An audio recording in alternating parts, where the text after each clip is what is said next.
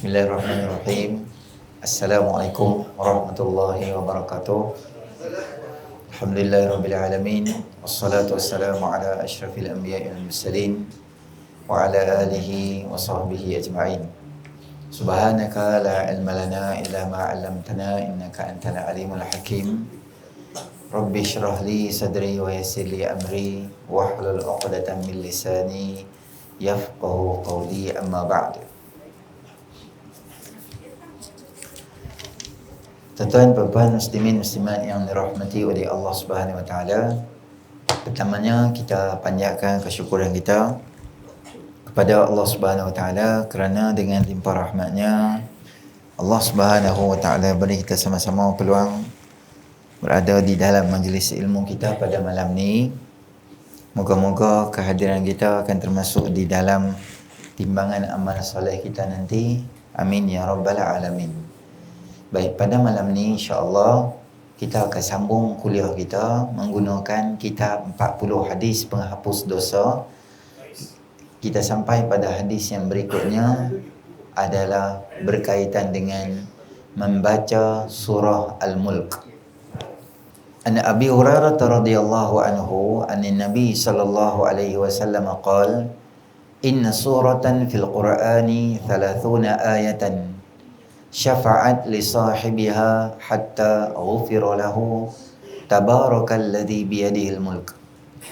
Daripada Abu Hurairah radhiyallahu anhu katanya, sabda Nabi sallallahu alaihi wasallam, sesungguhnya ada satu surah dalam Al-Quran memiliki 30 ayat yang dapat memberi syafaat pada pembacanya sehingga ia diampunkan, iaitu surah Tabarakalladzi biyadihil mulk, yakni surah Al-Mulk.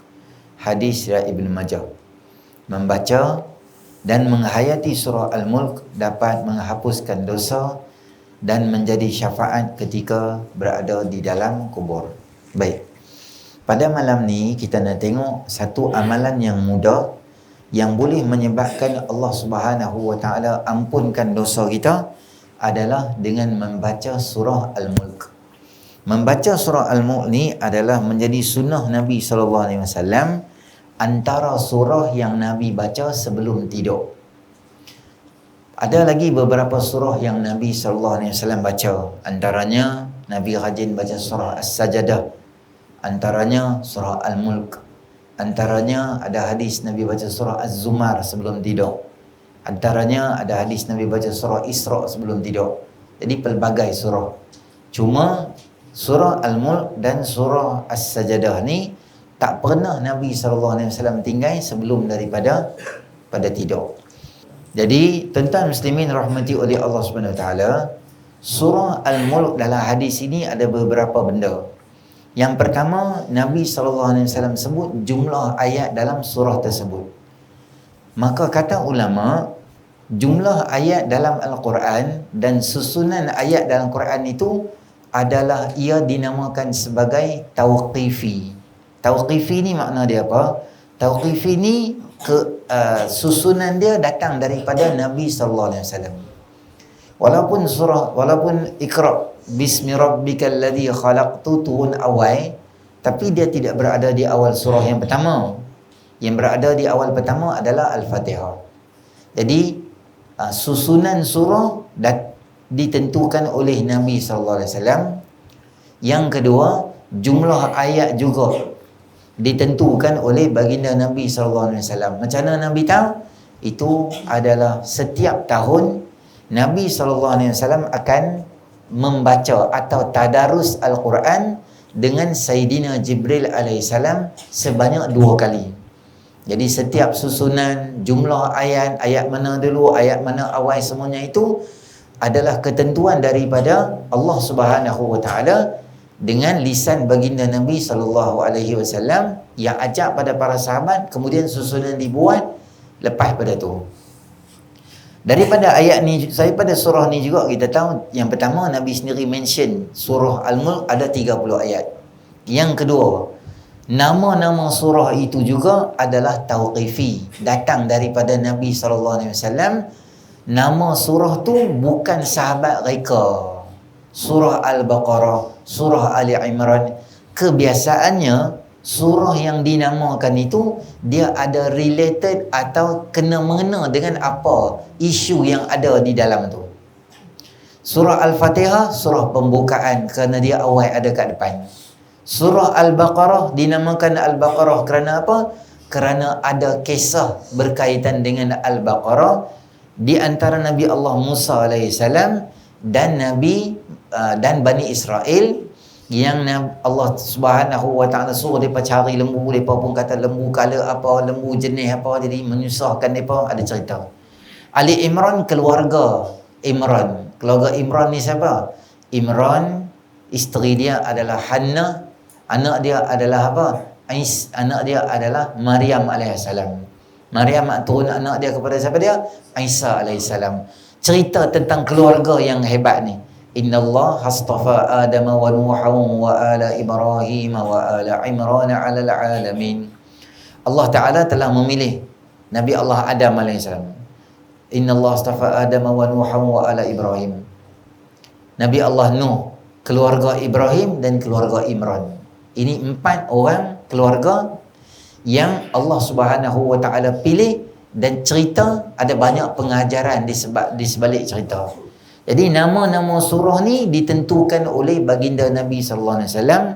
Jumlah ayat, susunan surah, semua ini adalah tauqifi, bukan rekaan pada tabi'in atau sahabat. Sahabat hanya meneruskan apa yang dibuat oleh baginda Nabi sallallahu alaihi wasallam. Yang kedua, surah Al-Mulk ada 30 ayat, tapi dia ada keajaiban, dia boleh hapuskan dosa kita. Jadi saya menyeru pada diri saya dan tuan-tuan semua, setiap hari sebelum kita tidur, kita jadikanlah bacaan surah Al-Mulk ini sebahagian daripada amalan harian kita sebelum kita tidur. Sebab tuan-tuan, ini antara benda yang boleh selamatkan kita di dalam kubur. Dalam kubur ni ada beberapa benda yang boleh menyelamatkan kita di dalam kubur, yang memberi keringanan pada kita dalam kubur kita. Antaranya adalah membaca surah Al-Mulk ni, dia akan meluas dan meringan dan memudahkan kita daripada azab kubur. Yang kedua, kita jangan tinggal doa yang Nabi SAW ajak pada kita setiap kali lepas tahiyat akhir. Fil alamina innaka hamidun majid. Allahumma inni a'udzubika min adzabil qabri wa min adzabi jahannam wa min fitnatil mahya wal mamat wa min fitnatil masiihid dajjal. Ya Allah, aku minta lindung pada kamu daripada azab kubur, azab neraka, fitnah hidup dan mati, dan juga daripada fitnah atau ujian daripada Al-Masih Dajjal. Daripada hadis ini juga dapat kita fahami bahawa azab kubur itu adalah satu benda yang ada di dalam syariat kita, dan kita akidah Ahli Sunnah wal Jamaah mesti percaya adanya satu alam yang nama dia adalah alam kubur. Sama ada hang mati ditanam dalam kubur atau hang mati tanpa ada kubur, terbakar atau kapal terbang, kena makan dengan ikan, jos ke, hilang tak tahu ke mana dan sebagainya, maka tetap seseorang itu roh dia akan melalui alam kubur, alam barzakh, walaupun tanpa ditanam. Allah Subhanahu Wa Taala pasti akan jalankan dia, kerana itu adalah zaman atau masa yang kita akan lalui. Baik, tengok. Sudah diketahui bahawa surah Al-Mulk akan memberi syafaat kepada pembacanya hingga diampunkan dosa. Daripada hadis ni juga ada satu lagi fawaid yang saya nak bagi tahu kat tuan-tuan. Andai sekiranya satu daripada 114 surah ada kemampuan luar biasa untuk menghapuskan dosa kita, bayangkan tuan-tuan dan perempuan bagaimana kebanyakan surah-surah yang lain, 113 surah tu apabila dibaca dan dihayati akan menjadi sebab untuk Allah Subhanahu Wa Taala ampunkan dosa-dosa kita. Ada di kalangan kita yang fasih baca Quran, ada di kalangan kita yang kurang fasih baca Quran. Saya cadangkan pada tuan-tuan dan perempuan Untuk bacaan Al-Mulk yang bagi orang yang tak fasih untuk baca Quran ni, apa tuan-tuan boleh buat? Ada beberapa cara. Yang pertama, tuan-tuan kena dengarkan bacaan kita pada orang. Sekali-sekala kita cari siapa-siapa yang pandai dalam family kita. Suami pandai, isteri pandai, anak-anak pandai. Tak salah seorang bapa kata kat anak dia, tengok Ustaz, abah nak baca ni, yang mana panjang, mana pendek, boleh bagi tahu. Mak nak baca, bagi tahu Ustaz, mana panjang, mana pendek. Mungkin anak kita dia mengaji dalam sikit, dia pandai sikit. Dulu alif bata dia mengaji dengan kita, mengaji ajak dia. Dia dah pandai, tak salah kita belajar dengan dia, tak jatuh pun marah sebagai ibu dan ayah. Dia tegur kita, bagus. Atau ada rakan-rakan kita yang pandai baca Quran, kita boleh baca kat dia. Atau kalau bahasa mudahnya sekarang ni, kita boleh dengar di YouTube ke, ada syekh macam-macam. Ada syekh hak baca laju, ada syekh hak baca pelan, Syekh Sulais baca pelan, Syekh Syuraim baca laju ke. Hak mana kita nak baca pelan, hak mana kita nak baca laju, kita boleh ikut, terutamanya panjang dan pendek. Saya beritahu banyak kali dah, untuk bacaan Quran tak salah kita tiru orang. Kita buka dekat YouTube ke contoh, dia baca, dia berhenti. Oh, dia berhenti kat sini.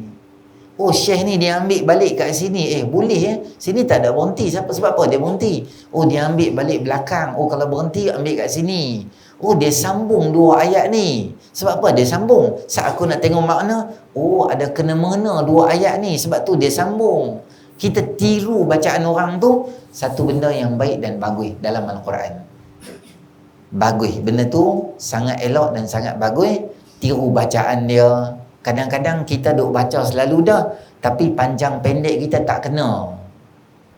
Jadi panjang pendek ni satu benda yang boleh memberi kesan pada bacaan kita. Maka apa kita buat? Dengar orang baca, oh sini kena panjang, sini mad jaiz, sini mad wajib kena panjang, sini mad lazim, sini ma'arik li sukun. Oh dia panjang 2, 4, 6. Oh sini 2 semua 2. Kita dengar bacaan, kerana itu sangat baik dan bagus, ada kemampuan untuk hapuskan dosa-dosa kita.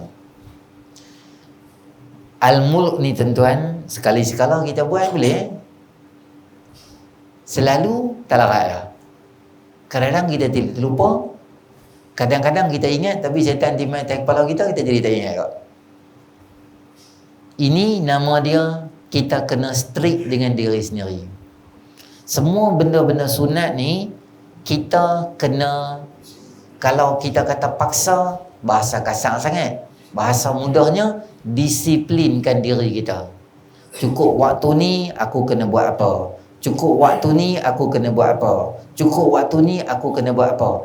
Ada amalan-amalan yang kita kena buat. Sebelum aku tidur, aku buat apa. Jangan tertinggal bacaan Al-Mulk.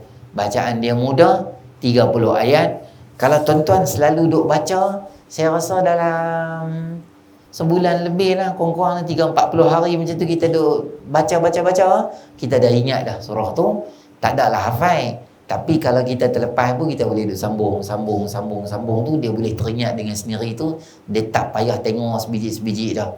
Syarat dia masa baca tu jangan silap baris atau silap panjang pendek. Nanti dia akan lekat pendek tu, dia silap. Selalu kita duk ulang macam tu. Dan ini antara surah yang Nabi SAW pesan, kalau boleh surah ni berada dalam hati umat-umat aku. Maknanya kita spendlah masa sikit untuk hafal surah Al-Mulk. Hafal 3 ayat dulu. 3 ayat ni tentang baca dalam sembahyang sunat, baca dalam sembahyang fardu, baca atas motor. Bagi lancak 3 ayat. Nanti baca ayat keempat pula. Jangan gelojoh, jangan laju sangat. Hafal ayat keempat, berhenti Zat. Hafal 1, 4, 4, 1. Duk ulang bagi lancak. Itu atas bawah boleh naik dah. Cantik dah. Mai kelima pula. Jangan gelojoh. Kita tak ada SPM nak ambil bulan 10, nak kena cepat hafal. Tak ada, pelan-pelan. 4 hafal ayat, lepas tu 5 ayat pula, berhenti di 5. Tuan-tuan nak kukuhkan bacaan, apa kena buat? Kena ulang selalu dan terbaik sekali ulang di dalam sembahyang. Memang tuan-tuan baca ni ingat dah. Tutup lah. Waladhalin amin. Dia hilang tu. Oh, mana ni kena ingat. Jadi tak tahu, tak tenggelam punca tu. Maka kita kena selalu ulang lah. Macam Fatihah. Fatihah ni, kalau orang gerak kita 3 pagi, gerak. Bangun. Baca Fatihah. Ada apa ni? Sekali baca Fatihah. Kita baca. Alhamdulillahirrahmanirrahim. Ar-Rahmanirrahim. Maliki yaumiddin. Sebab apa? Kita boleh baca, kita tak payah ingat dah. Macam otak tak tumpu pun. Mulut keluar ya. Sebab tiap hari baca. Selalu sangat baca, dia akan ingat. Al-Mulk pun sama. Surah-surah lain tuan-tuan nak hafal semua sama ya. Hari-hari tuan-tuan ulang benda tu, dia akan ingat. Kadang faktor usia sama orang lah. Kan, hafal dah ustaz, tak ingat dah ustaz. Biasalah. Makin lama makin berumur, jadi lambat lah sikit. Tapi pahala lebih sikit lah. Dan nak faham kan.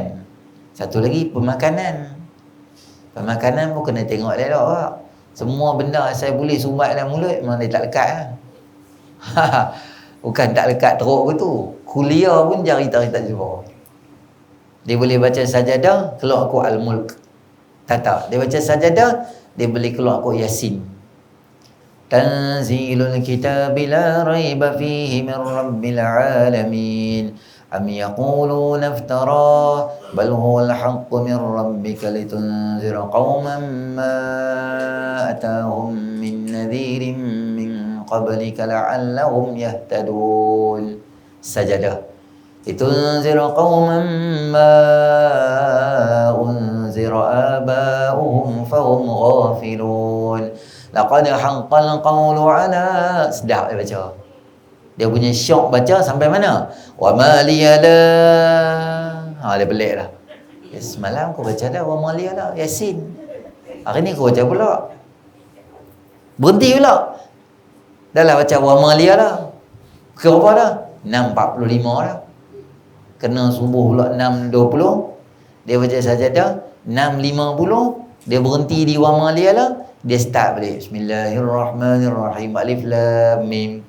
Memang makmum tanya pinggang lah. Aku nak pergi kerja, ada ulang sajadah 9.40 tak habis lagi. Jadi kadang-kadang pemakanan kita boleh menyebabkan mengganggu. Betul ke ustaz, makan cenih-cenih boleh menyebabkan adalah makan sekian-sekian boleh menyebabkan kemampuan otak tu jadi kurang. Antaranya rajin sangat makan benda masam. Sekali-sekala makan apple hijau tak apa. Sekali-sekala makan pelam cicah dengan ayak asam asangko, buah kicap, potong cabai, buah cabai Melaka, buah serbuk cabai pula tu. Sekali-sekala tak apa. Menjadikan dia sebagai rutin harian, makanan ruji selain daripada nasi, sedikit sebanyak memberi kesan pada kemampuan fikiran. Nak meningkatkan kemampuan fikiran kita ingin lebih baik, antaranya adalah rajin makan kismis. Saya tak bawa kismis nak jual belakang bonek kereta. Pilah beli mana-mana pun tak apa. Makan dia bagus untuk kemampuan hafalan otak kita tu, dia boleh tingkatkan gitu. Okey. Kesimpulannya adalah barang siapa baca surah Al-Mulk dan mengamalkan makna di sebalik ayatnya, maka surah ini menjadi syafaat pada seseorang serta akan menyelamatkannya daripada azab di dalam kubur. Jadi kubur ni tempat yang ngeri dan susah dan payah. Antara benda yang boleh selamatkan kita adalah dengan membaca Al-Quran, terutamanya surah Al-Mulk. Kalau tak ada siapa yang akan berani nak masuk dalam, nak bantu kita. Tak ada siapa akan tolong kita. Baik, kita tengok hadis berikutnya. Rukuk dan sujud. Innal abda idza qama yusalli ata bi dhunubihi kullaha fawada'an ala ra'sihi wa atiqaihi fakullama raqa'a aw sajada tasaqatat anhu. Sungguhnya seorang hamba, dia riwayat Ibnu Asakir, sesungguhnya seorang hamba apabila ia berdiri untuk menunaikan solat, dia membawa keseluruhan dosanya, lalu dosanya itu diletakkan di atas kepala dan dua bahunya. Setiap kali dia rukuk dan sujud, dosa-dosa tersebut akan jatuh berguguran. Semua kita tuan-tuan, bila kita semayang, bila kita main semayang atau kita semayang je, dosa-dosa kita akan ada di kepala dan dua bahu kita. Bila kita rukuk, dosa tu akan jatuh. Bila kita sujud, dosa tu akan jatuh. Apa makna dia? Maknanya sembahyang ini ada satu power luar biasa untuk hapuskan dosa kita. Selagi mana kita rukuk dan sujud, tak kira lah, kita sakit, cara kita rukuk cara sakit, sihat, cara sihat. Tapi ada rukuk dan sujud, Allah ampunkan dosa kita. Lagi banyak kita rajin semayang, lagi banyak Allah ampunkan dosa kita. Banyak ni maknanya apa? Semayang-semayang sunat ni lah, pelbagaikan. Semayang duha, kita ada witir, kita ada tahajud dan sebagainya. Memperbanyakkan ibadah akan menyebabkan Allah SWT akan hapuskan dosa kita. Tapi fahaman yang kita boleh faham sebaliknya apa? Kalau kita rajin tak semayang, maka dosa-dosa kita berlambak lah. Orang yang rajin semayang, Allah ampun dosa dia. Orang yang tak rajin semayang, Allah tak ampun dosa dia. Mai semayang ni tuan-tuan, daripada rumah kita ambil semayang set-set, kita jalan mai, setiap langkah Allah ampun dah dosa. Masuk dalam masjid, tunggu semayang ke satu semayang yang lain, malaikat akan doa, Allahumma ghfirlahu, Allahumma arhamhu. Ya Allah, beri rahmat pada dia. Malaikat doa, Allah ampun dosa dah. Mai masuk dalam semayang, takbir pula. Setiap kali rukuk dan sujud, Allah ampun dosa. Tambahan pula kita amin sama dengan Tok Imam. Man wafaqa ta'minuhu ta'minal malaika ghufira lahu ma taqaddama min zambi. Siapa amin dia sama dengan amin malaikat, Allah ampunkan dosa-dosa dia. Maknanya amin Allah ampunkan dosa.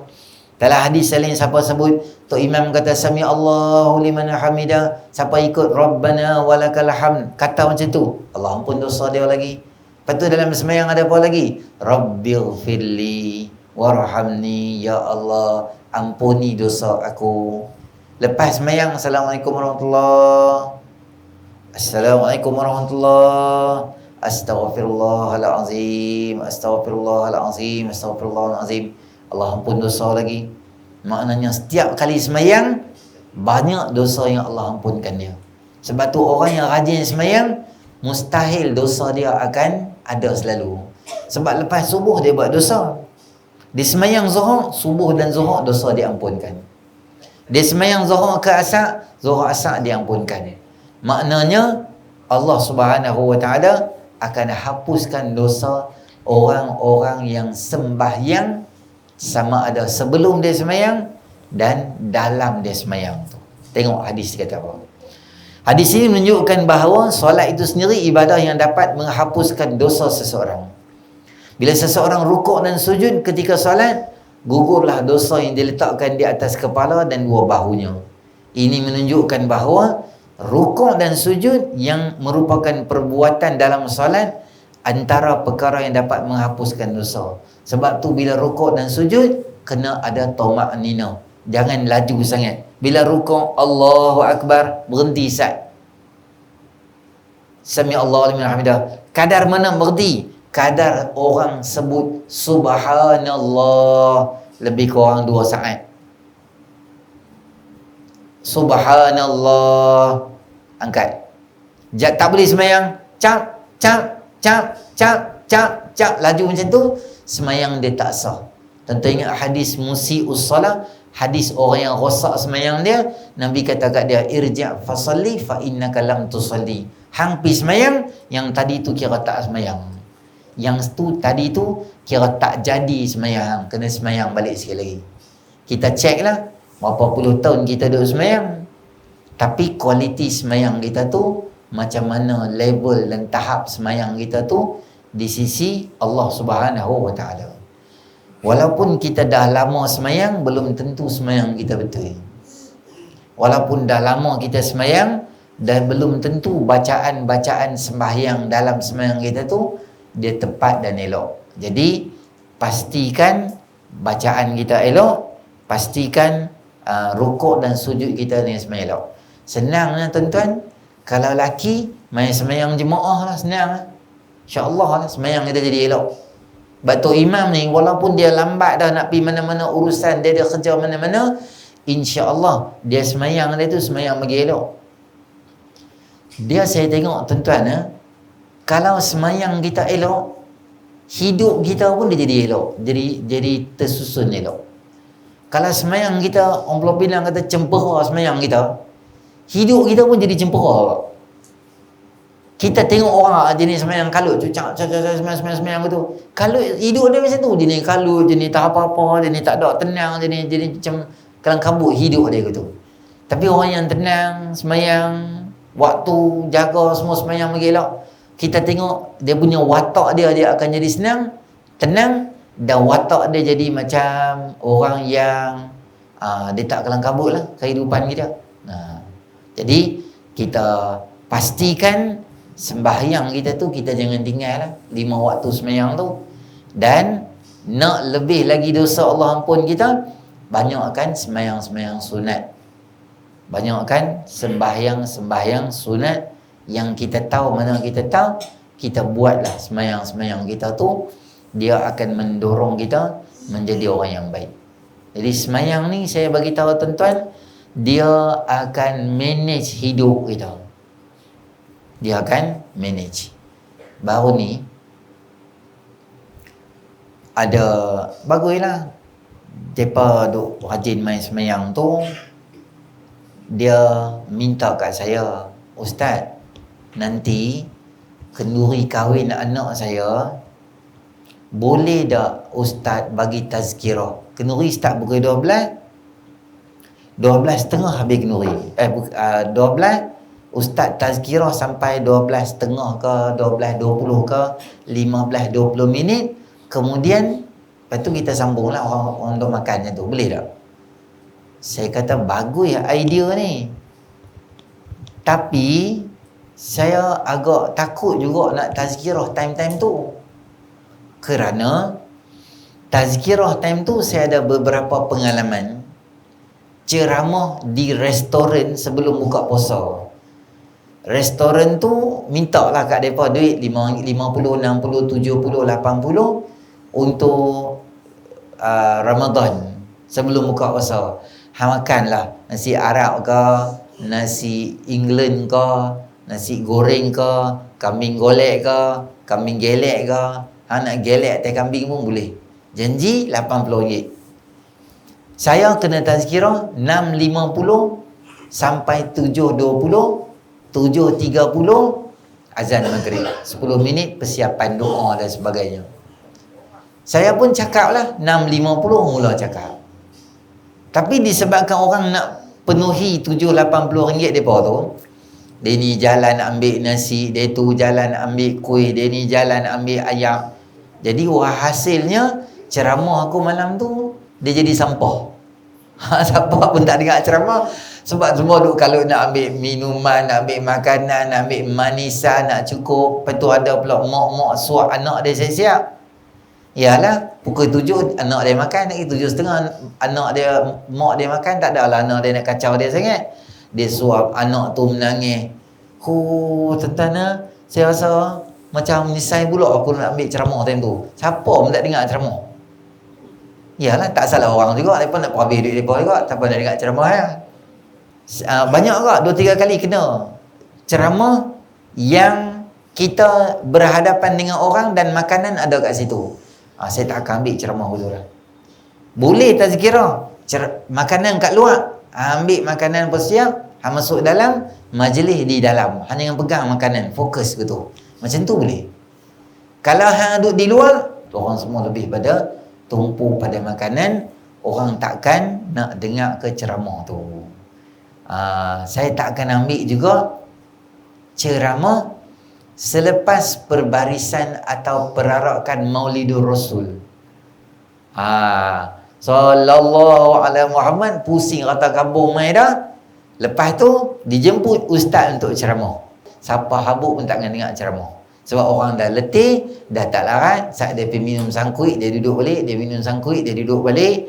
Saat lagi kepala otak dia nak makan, makcik-makcik belakang-belakang tu kadang-kadang muslimat tak larat dah, tersandak di dinding tu dah. Kawan dia tidur di paha dia, hang duk kipas macam apa? Hang duk kipas aku duk kipas hang macam mangsa runtuhan bangunan apa betul. Budak-budak naik basikal kat luar, minum air botol, baling atas kepala kawan dia, botol mineral kosong. Banyak kali dah kena. Saya tanya, ada perarakan? Tak ada. Ada. Tak payah ceramah. Malam lepas maghrib, hampa semua mai, kita ceramah ramai-ramai itu. Tu boleh.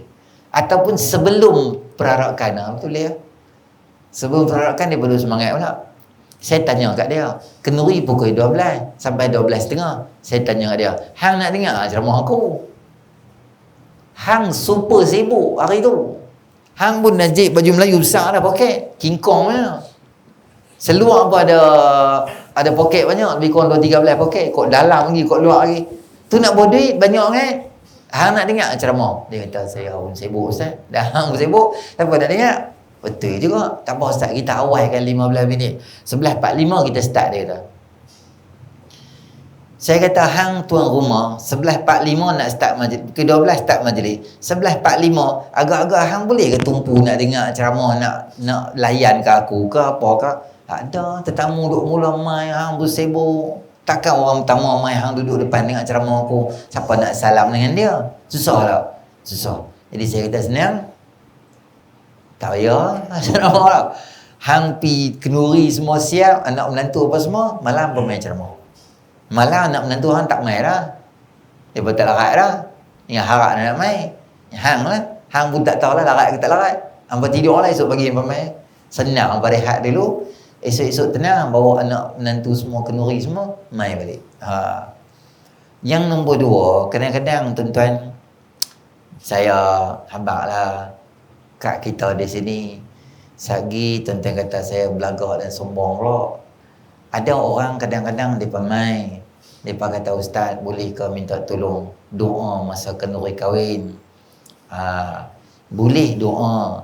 Kalau kesempatan ada, saya mai awal, tak ada urusan apa, insyaAllah kita doa. Tapi kadang-kadang saya pun resah juga nak doa kat kenduri.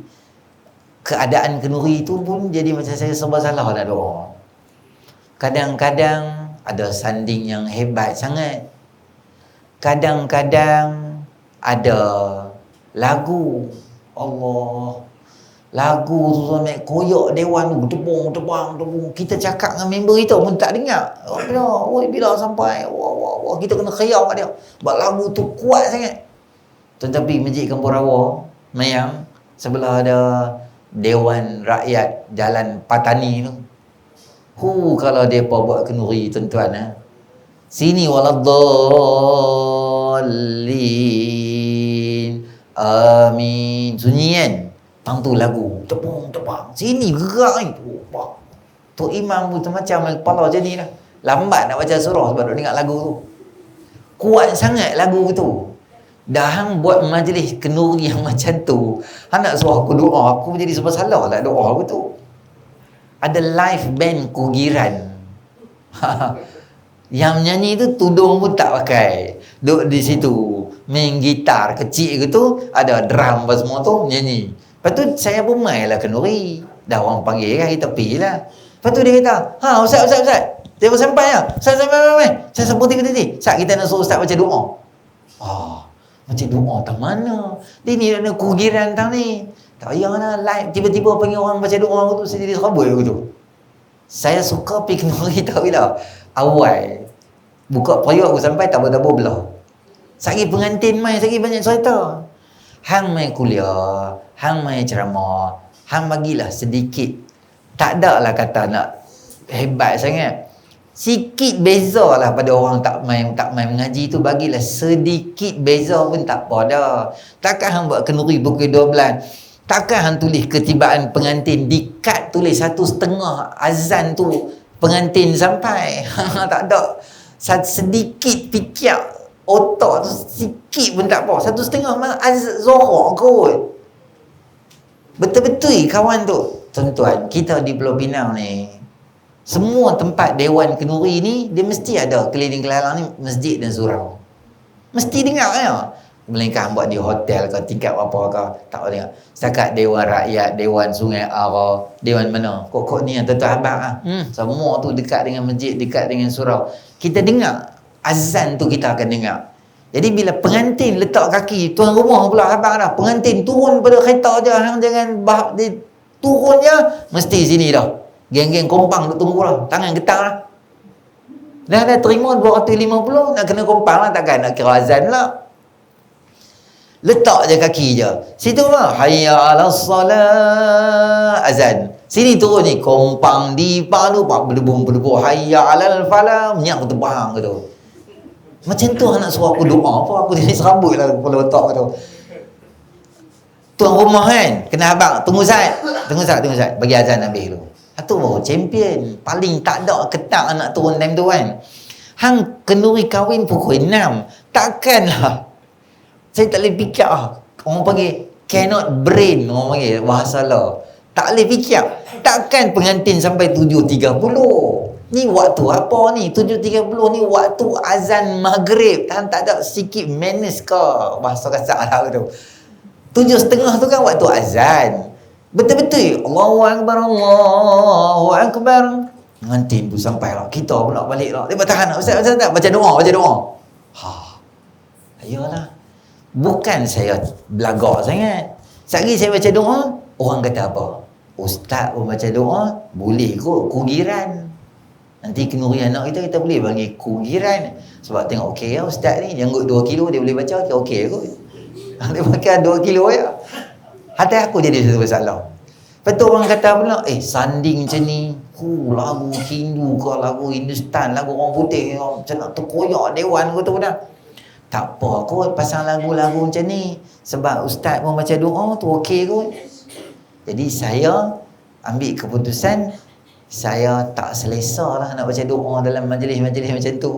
Kang suka macam tu, kugiran, jalan kugiran lah. Tak payah doa-doa lah, senang dah minat macam tu kan.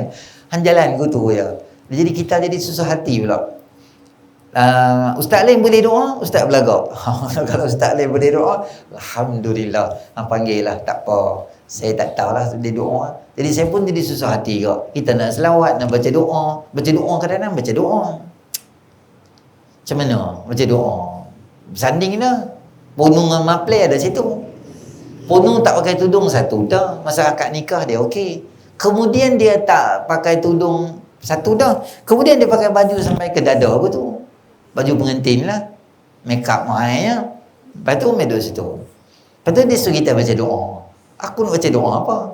Ya Allah, satukanlah pasangan ini seperti mana engkau satukan Yusuf dan Zulaikha. Nak baca doa. Zulaikha tak mana? Tak tahu tak mana Zulaikha tu, tak tahu. Tahan lagi. Ya Allah, satukanlah pasangan ini, kau kekalkanlah seperti mana Nabi SAW dengan Khadijah. Ada dan doa dia main teks doa penuhi kahwin macam tu lah. Tak mana nak lepas pergi Khadijah, tak mana. Cari aku kena azab macam tu. Jadi senang, tak payah dah minat gitu kan. Jalan gitu kan. Kadang-kadang tuan-tuan, saya pesan juga dekat anak-anak lah. Yang panggil kenduri ni bapak. Bapak dengan mak ni tuan-tuan lah, bagus main kuliah, main bagus apa semua ni. Dah anak kita kahwin, ustaz main ceramah tu, kita kata ustaz jemputlah main kenduri anak saya. Yalah, yang main mengaji ni siapa? Mak bapak dia. Anak dia tak main mengaji pun, dia tak tahu pun. Jadi kadang-kadang anak ni dia kuasai mak bapak. Dia kata apa? Dia kata bapak duk diam, mak duk diam. Mak old school. Mak tak tahu apa, mak diam. Kami buat kenduri semua. Mak pam duit ya, kami tahu DJ nak cari siapa semua, kata kawan-kawan member. Kita pun malas lah nak cari, buat lah apa-apa kenduri apa semua panggil. Bagi kat mak 50 orang, kawan-kawan mak nak panggil, ayah nak panggil. Jadi dia pun main lah. Biasa geng-geng masjid ni main bila? Main lepas Zohor. Hang tengoklah, janganlah kita menyebabkan mak dan ayah kita jadi, kita kata muka tu tak tahu nak letak mana. Saya pergi banyak kenduri, kadang-kadang dia jadi macam serba salah. Dia duduk main kuliah, dia dengar sanding lah apa lagu semua macam tu. Bila kita main tu, dia tak tahu muka nak letak mana. Nak jemput kita masuk ke, nak suruh kita duduk ke, dengan kenduri macam tu, dengan lagu macam tu. Saya tengok resah, kesian kat ayah dia tu. Jadi kita tak marah lah dia. Kita kata tak apalah Haji, betul lah Ustaz, budak-budak lah, saya pun pening lah ni. Tak apa. Jadi paling tak ada hang ketak sangat. Bila main geng-geng masjid ni, kawan-kawan mak, kawan-kawan ayah, tutup lah Ustaz lagu tu. Tak apalah, berlakon Ustaz, tukar Ustaz lagu nasyid ke apa ke.